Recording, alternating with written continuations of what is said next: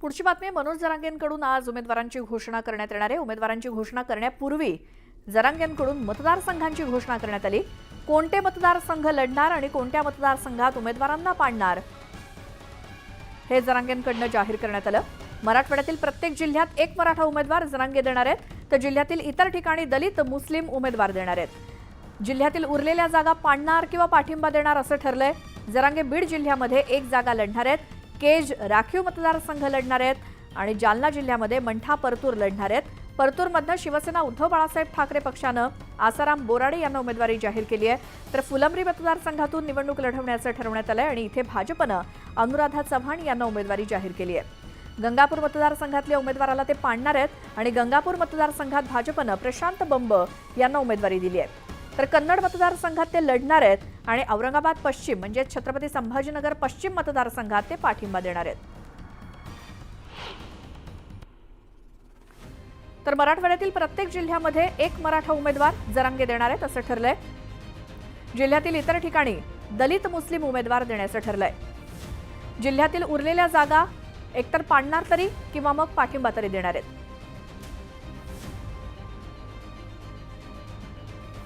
तर जरांगेंचं नेमकं काय ठरलं? केजमध्ये उमेदवार देण्याचं ठरलंय। त्याचसोबत मंठा परतूर या विधानसभा मतदारसंघात देखील जरांगे उमेदवार देणार आहेत, तर फुलंब्रीत देखील आपला उमेदवार उभा करणार आहेत। कन्नडमध्ये देखील जरांगे पाटील आपला उमेदवार उभा करणार आहेत। हिंगोलीमध्ये सुद्धा उमेदवार देण्याचं ठरवलेलं आहे, तर पाथरी विधानसभा मतदारसंघात देखील उमेदवार देणार आणि हदगाव या ठिकाणी जरांगे पाटील आपला उमेदवार देणार आहेत। तर कुठे उमेदवार पाडण्याचं ठरवलंय? तर गंगापुरातला उमेदवार पाडण्याचं जरांगेंनी ठरवलंय। कळमनुरीमधला उमेदवार सुद्धा पाडायचं जरांगेंनी ठरवलंय, तर गंगाखेडमधला उमेदवार पाडण्यासाठी देखील जरांगे प्रयत्न करणार आहेत।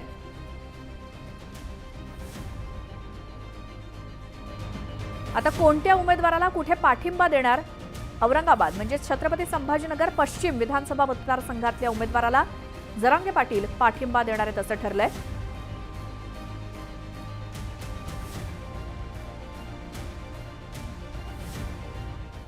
आणि आता पुढची बातमी, जरांगेंचं खरं रूप आता समोर येणार असून ते खरंच मराठा समाजाचं हित पाहतायत की महाविकास आघाडीला छुपी मदत करतायत हे सर्वांना कळेल असं मत प्रवीण दरेकर यांनी व्यक्त केलं। ते मराठा समाजासाठी काम करतायत की पवार साहेबांसाठी, उद्धव साहेबांसाठी, महाविकास आघाडीसाठी करतायत? त्यांचे उमेदवार ज्या ठिकाणी पडतील त्या ठिकाणी आपल्याला कळेल की त्यांच्या मनात नेमकं काय राजकारण होतं, की मराठा समाजाच्या हिताचं केवळ ढोंग केलं होतं। हे त्यांचे उमेदवार आल्यावर तपशीलवार उमेदवार बघून उमेदवार टाकले तिथले उमेदवार, पक्ष नाही टाकले पाडायच्या ठिकाणचे तिथले मतदारसंघ, तिथले उमेदवार याचा तौलनिक अभ्यास करून जरांगेचा असली मत काय आहे, मन काय आहे मराठा समाजाच्या बाबतीत, की त्यांना राजकारण करायचं आहे ते स्पष्ट या निमित्तानं होणार आहे। मला वाटतं एकदा ते घोषणा त्यांची होऊन दे, मग आधुनिक जिन्ना पुढे काय करतात हे संध्याकाळी कळेल।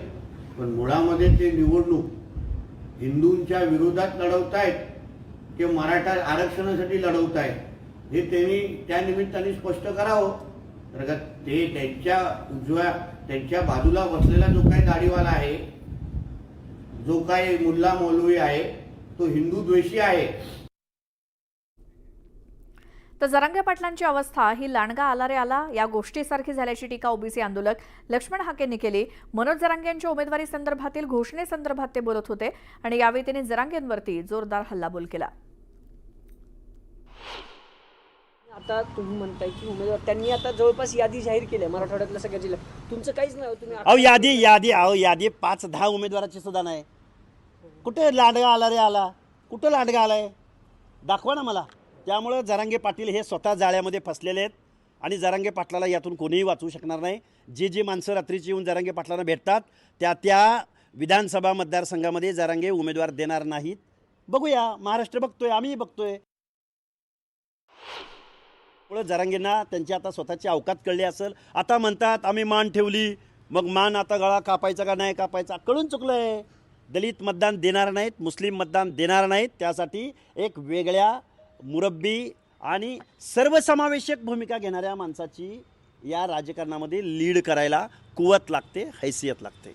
मला वाटते असं एका जातीच्या घोषणा देऊन एक मराठा लाख मराठा बघून घेईन कसा येतोय बघू, ही भाषा चालत नाही जरांगे. काल हसन मुश्रीफ भेटले, त्याच्या अगोदर राधाकृष्ण विखे पाटील, उदय सामंत हे सुद्धा भेटतायत ना. जे म्हणून उमेदवार भेटलेत, आम्ही कुठल्याही उमेदवाराला एक्सक्यूज करत नाही आहोत. आम्ही कुठल्याही पक्षाची बाजू घेत नाही आहोत. आम्ही महायुतीचा असो, महाविकास आघाडीचा असो किंवा आणि कुठल्या प्रहार वगैरे तिसरी चौथी शक्तीचा असो, ज्यांनी ओबीसीच्या बाबतीमध्ये विरोधाची भूमिका घेतली, जरांगेंना बेकायदा मागण्यांना पाठिंबा देण्याचा प्रयत्न केला, त्या माणसांना ओबीसी मतदान करणार नाही. यानंतर पाहूयात काही झटपट बातम्या. धाराशिवचे उमेदवार कैलास पाटील यांनी शिवसेनेवरती घणाघाती टीका केली. विधानसभेची लढाई ही शिवसेनेचा धनुष्यबाण की मशाल या चिन्हासाठी नसून प्रामाणिक कोण याची ही लढाई असल्याचा टोला त्यांनी लगावला. मावळ विधानसभा महायुतीचे उमेदवार सुनील शेळके यांनी आज प्रचाराचा नारळ फोडला.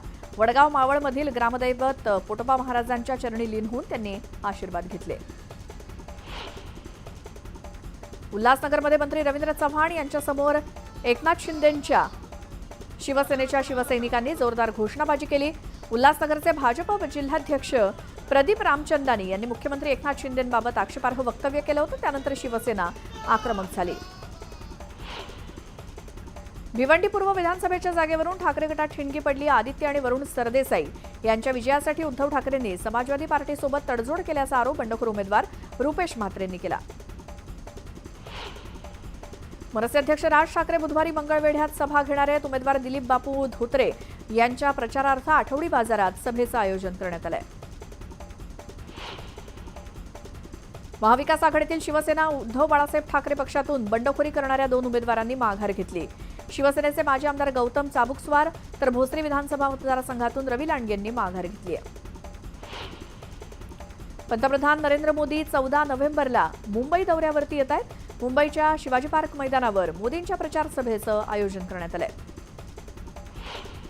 चंद्रपूर मतदारसंघात राज ठाकरेंकडून मनदीप रोडेंची उमेदवारी जाहीर करण्यात आली होती. दरम्यान अखेरच्या क्षणापर्यंत रोडे यांनी अर्ज न भरल्यामुळे विविध चर्चांना उधाण आलंय.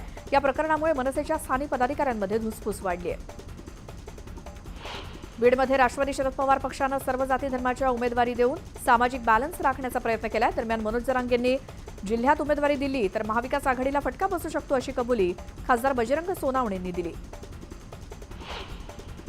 अजित पवारांनी नवाब मलिकांना एबी फॉर्म दिला. दाऊदशी मलिकांचा संबंध आहे, त्यामुळे निवडणुकीत हा मुद्दा आम्ही घेऊन जाऊ अशी प्रतिक्रिया शिवसेना ठाकरे गटाचे नेते अंबादास दानवेंनी दिली. महाडच्या चांडवे खुर्द गावातील गावकऱ्यांनी आगामी विधानसभा निवडणुकीवरती बहिष्कार घातलाय. अनेक वर्षांपासून हे गाव मूलभूत सुविधांपासून वंचित आहे. वारंवार पाठपुरावा करूनही मागण्या मान्य होत नसल्यामुळे गावकरी आक्रमक झाले. वाशिमच्या रिसोडमध्ये भाजपचे नेते अनंतराव देशमुखांनी बंडखोरी केली. दरम्यान भाजपतून झालेली बंडखोरी योग्य नसून भाजपचे वरिष्ठ नेते देशमुखांना समजावतील अशी प्रतिक्रिया भावना गवळींनी दिली.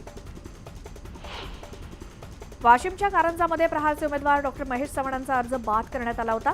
दरम्यान चव्हाणांनी या प्रकरणी उच्च न्यायालयात याचिका दाखल केली आणि 11 नोव्हेंबर रोजी या प्रकरणाची सुनावणी होणार आहे. भिवंडी पश्चिम मतदारसंघातील काँग्रेस उमेदवार दयानंद चोरगेंच्या निवडणूक कार्यालयाचं उद्घाटन करण्यात आलं. काँग्रेसचे